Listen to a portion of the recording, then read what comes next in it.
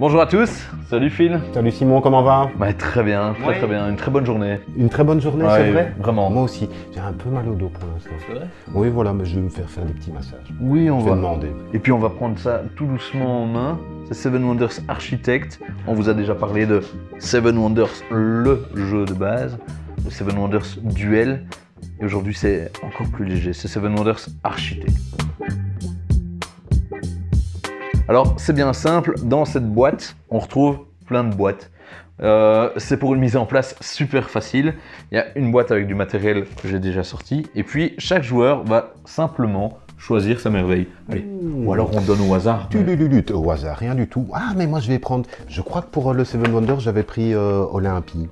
Je vais Alors prendre Olympie. Et moi je vais prendre la pyramide de Gizeh. Ah oui, oui, oui. Ah ben tu l'avais pris déjà, oui, oui. Et alors, et c'était Rod, je pense, le troisième joueur imaginaire. Et voilà, on fait un remember finalement. C'est beau, hein. Donc simplement, tous les joueurs ont pris leur petite barquette. À l'intérieur, on a un petit dessin. Absolument, parce que dessin. c'est la merveille à construire. Donc c'est un petit atelier bricolage finalement. Ah oui, c'était déjà un premier jeu en fait. On va le mettre, tu as perçu tout de suite la chose, on le met du côté à construire, c'est le côté chantier, parce que le travail reste à faire. Il va falloir construire cette merveille. Une fois la mise en place faite, ça a été vite, eh bien on est presque prêt pour commencer. En fait, c'est bien simple, à chaque tour, un joueur va piocher une carte. On a un paquet de cartes chaque fois entre les joueurs. Donc ici, nous sommes 3, on a 3 paquets de cartes. Et on a un paquet de cartes face cachée, ici au milieu. Eh bien, c'est mon tour, génial. Je vais me dire, je prends une carte, ici. On retrouve, un peu comme dans notre vidéo du jeu de base, j'ai toujours rêvé de faire ça. Vous pouvez la retrouver ici. Ça marche, tu crois? Ah oui, à mon avis, oui. À mon avis, oui. Ah, moi, je la vois. Ouais. Voilà. Oui, regarde, elle est là. Oui. Vous pouvez retrouver plus ou moins les cartes, ressources, etc. dont on parle une première fois. Mais ici, j'ai pris une ressource. Mon tour est terminé. C'est au tour de Phil. Ah, et donc moi, je vais choisir où ça? J'ai le droit de choisir ici. Exactement. Je sais ce que c'est. Ou ici. Tu sais puisque ce que ce c'est sont également. les paquets qui sont entre mes voisins directs. Ou alors face cachée. Tout à fait. Moi, je suis plutôt du genre. Moi, j'aime bien la folie. Moi, j'aime bien le suspense. Moi, j'aime bien. C'est hop. Mais je dois la montrer du coup. Ah oui. Et ben voilà, je la joue. Alors, j'ai pris ceci. Il a quand même beaucoup de chance parce que les cartes jaunes, il en avait une à disposition, mais il peut la garder pour plus tard, sauf si le joueur qui joue le colosse la prend. Mais les cartes jaunes, ce sont des jokers, c'est-à-dire que c'est n'importe quelle ressource. L'idée va être d'accumuler un certain nombre de ressources. Parce que pour construire chacune des étapes, il nous faut, allez, on a tous les deux pour la première, 2 ressources différentes. Dès le moment où j'ai 2 ressources différentes, automatiquement, ça ne me coûte pas d'action, je retourne et j'ai fièrement ma base de pyramide. Voilà, et 4 points. Et je dois les faire dans l'ordre? Oui, tout à fait, c'est logique. Hein. Si tu fais la tête de Zeus, elle va s'effondrer. Ça ne ressemblera à rien. Ce serait dommage. Non, mais, oui, il faut vraiment faire dans l'ordre. Alors après, ta question est légitime. Quand tu as 2 parcelles de sur le même étage. Sur le même étage, eh bien là tu choisis si tu veux faire celle de droite ou de gauche d'abord. Je ne suis pas obligé de... Très bien. Tout à fait. Mais par contre, dès que la condition requise, enfin dès que la condition demandée est atteinte, c'est-à-dire dès que tu as 3 ressources différentes ici ou 2 ressources identiques ici, là, immédiatement, on défausse, contrairement à ce qu'on avait vu dans les versions précédentes de Seven Wonders. Je ne garde pas mes ressources. Non, ici on va les défausser pour immédiatement faire construire son étape de merveille. Alors, c'est logique en même temps. Ici, voilà, c'est logique. Voilà. Mais voilà, c'est très simple. C'est mon tour, je pioche une carte, je l'accumule, j'ai toutes les cartes qui s'accumulent. Si j'ai assez de ressources, hop, ma merveille est construite.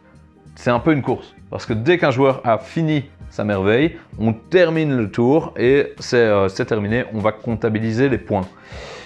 Les points, on les a principalement sur notre merveille, mais pourtant les cartes bleues que j'aime tant... Ah, les cartes bleues, rappelez-vous dans les autres vidéos, il adore les cartes bleues, c'est des points de victoire, je veux des points de victoire. Oui, mais c'est important les points de victoire. Très bien, les cartes bleues sont toujours disponibles, et donc on peut ramasser ce gentil monsieur qui me ramènera directement 3 points, mais vous avez une petite subtilité. Des cartes bleues qui rapportent parfois un peu moins de points, mais qui offrent la possibilité de mettre la main sur... le chat. Mon chat? Ah oui, il est pour moi à partir du moment où je joue cette carte. Et avoir le chat, ce n'est pas seulement avoir 2 points en fin de partie, c'est aussi, lorsque c'est mon tour, avoir la possibilité de regarder secrètement la carte qui est disponible dans la pioche. Avantage non négligeable. Absolument, à ne pas oublier, on l'oublie bien trop souvent. Voilà. Ah non, mais en plus j'aime bien moi les chats.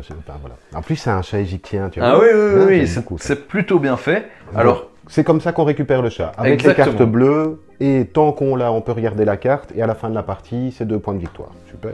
Contrairement aux Seven Wonders et au Seven Wonders Duel, la partie n'est plus découpée en 3 âges distincts. Ici, on va vraiment enchaîner, ça va aller très très vite, mais c'est pas pour autant qu'on oublie les victoires et défaites militaires. Non, la guerre n'est pas retirée de Seven Wonders Architect. La guerre est partout. Elle est toujours là en tout cas. Si je prends un petit bonhomme rouge, eh bien il est possible que figure sur cette carte, donc il y a un bouclier, c'est chouette parce que j'accumule plus de boucliers que mes voisins. La guerre c'est toujours avec ses voisins directs. Mais on voit ici aussi un corps de chasse. Oui, ah oui, pour rappeler. Oui. J'appelle et plus on sonne le corps, plus ça risque de barder. Parce qu'à chaque corps que l'on voit, eh bien, on retourne une petite colombe en symbole guerre. Dès que les 3 symboles guerre sont là, la guerre a lieu immédiatement, on interrompt le jeu, on fait la guerre avec ses voisins, on revient à la paix, et tous les joueurs qui avaient des cartes sur lesquelles figuraient des corps, les perdent. Ah ouais. Donc il faut parfois attraper des boucliers sur lesquels il n'y a pas de corps. Oui. Mais tant qu'il n'y a pas les corps, on ne retourne pas ça. Ouais, exactement. Et qu'est-ce qu'on gagne en gagnant la guerre? Ah, qu'est-ce qu'on gagne en gagnant la guerre? Systématiquement 3 points. Il n'y a plus de c'était l'âge 1, etc. Vu que...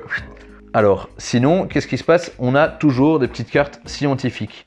Le calcul des points pouvait sembler parfois un peu compliqué. Un petit peu. Oui. Ici, dès que j'ai 3 symboles différents ou 2 symboles identiques, directement je récupère un petit jeton progrès. Alors, soit un parmi les 3 visibles, et tu vois, il y a 2 boucliers. Ben oui. Ça, c'est badass. Ou alors, je récupère un face caché, que je révèle fièrement. Oui, bien sûr. C'est des petits objectifs que l'on a, des bonus que l'on a tout au long de la partie, qui vont être bien utiles. Donc, on a tendance à foncer, à prendre des ressources pour vite construire notre pyramide. Il faut veiller à prendre aussi des boucliers. C'est chouette d'avoir le chat pour pouvoir de temps en temps jouer avec le hasard de la pioche centrale. Et puis, il ne faut pas oublier les cartes scientifiques parce que, on l'a dit et on le répète, la culture, messieurs, dames, est non négligeable. Voilà, la science, la culture, c'est au-delà de tout. Voilà. Rappelez-vous ça. On a donc une version architecte qui est légèrement plus accessible. Ils ont vraiment rendu ça jouable des 2 joueurs aussi. C'est chaque fois, on va ajuster le nombre de petites colombes en fonction du nombre de joueurs. Il faut rappeler, j'ai failli l'oublier, que chaque merveille, sauf la mienne parce qu'elle est déjà super forte, mais chaque merveille offre un petit avantage. Par exemple, Rhodes, on a un bouclier supplémentaire qui est comptabilisé à chaque combat militaire. Et toi, qu'est-ce que tu as chez Olympie? Ah ben moi, prenez la première carte de la pioche à votre gauche et celle à votre droite, et je les pose devant moi. Donc directement, hop. Un avantage dès le début. Donc il y a une petite asymétrie déjà dans les pouvoirs, dans la manière de construire ici. La grosse différence, c'est aussi sa mise en place. Hein. Comme on l'a dit et comme je le répète maintenant, c'est on sort de la boîte, en 1 minute, on est prêt à jouer. On a son matériel directement ici, tout est clair. Je n'y connais rien en puzzle, j'ai pu directement le faire, donc ça n'est pas fort compliqué.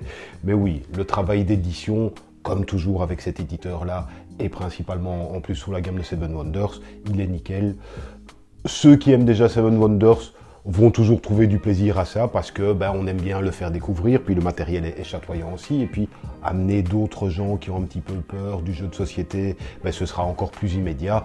Rappelez-vous, on en avait parlé dans nos sélections de jeux familiaux Noël, ça n'est pas pour rien qu'on vous l'explique maintenant, mais donc oui, une très très belle réussite, ça c'est sûr. C'est la porte ouverte à tous les jeux stratégiques, je trouve.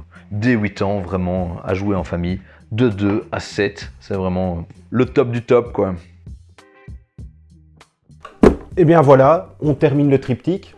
Seven Wonders de base qui a déjà 10 ans, le duel qui a, je crois que c'est 2015, je dis peut-être des bêtises, mais voilà, on vérifiera, voilà, vous allez taper sur Google, etc. Et le Seven Wonders Architect qui est de cette année, oui. 10 ans, 3 jeux, avec un un corpus commun, on va dire, mais des sensations de jeu différentes. Vous pouvez avoir tous les trois et trouver du plaisir à jouer à tous les trois.